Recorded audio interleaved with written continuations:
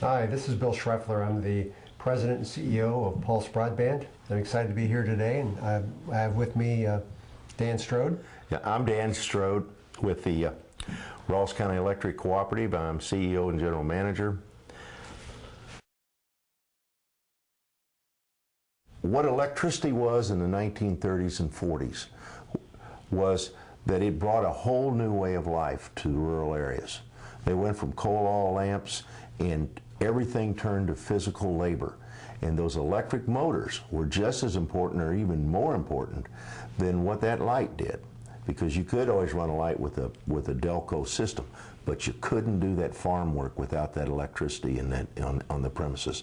And so it just revolutionized the opportunities for commerce in the rural areas. The same effect will happen. This is the electricity revolution of the 21st century.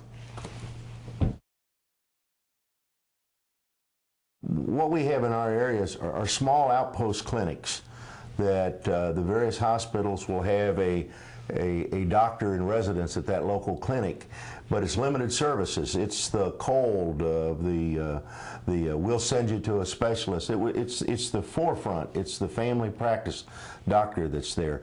And what we can do with our telemedicine is we can have a very large pipe that goes to the hospital so that when the unique comes in or the emergency comes in, that doctor will have the benefit of experts literally around the world at that time.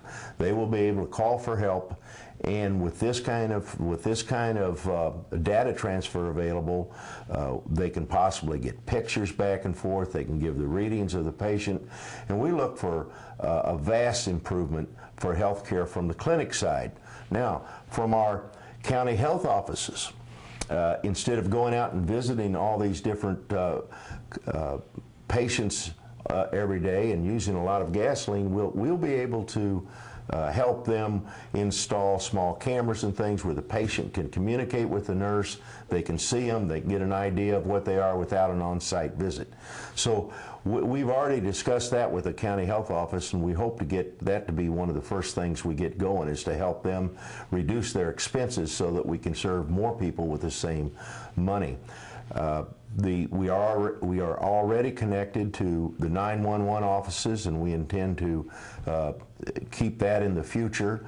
And then we are also going into all of the sheriff's offices, so we're going to help the total first responder network in our counties to a large degree.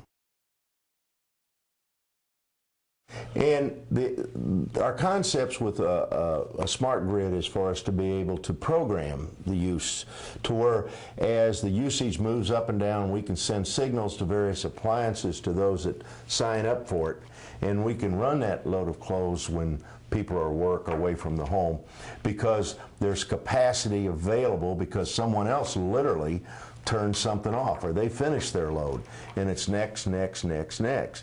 One of the other things we talk about is with time of day metering, and to do that we have to have communications with a meter that tells the individuals in their home how much electricity cost at that time. We in no way, we don't envision limiting people. We intend to offer more opportunities for people to take control of their power cost and through these efficiencies. And the other thing that we can do with the smart grid, we can literally, for rental homes, turn them on and off, turn the meter off remotely from the office, turn it back on when the next renter comes in and wants it activated. And we don't have all that windshield time for our trucks, and we don't waste all that gasoline. There's a whole lot of things that are in the smart grid. You know, the beautiful part about this is the sky's the limit, because see, we're not limited by volume like we were before. And those that can't get out, I look for all kinds of opportunities for churches to be able to send their services out to their members who can't get out of their homes. I look for coverage at basketball games, football games. There's all kinds of opportunities for people who can't be mobile. And remember, we don't have public transportation in this rural area. Now, you can't call a cab here and get there.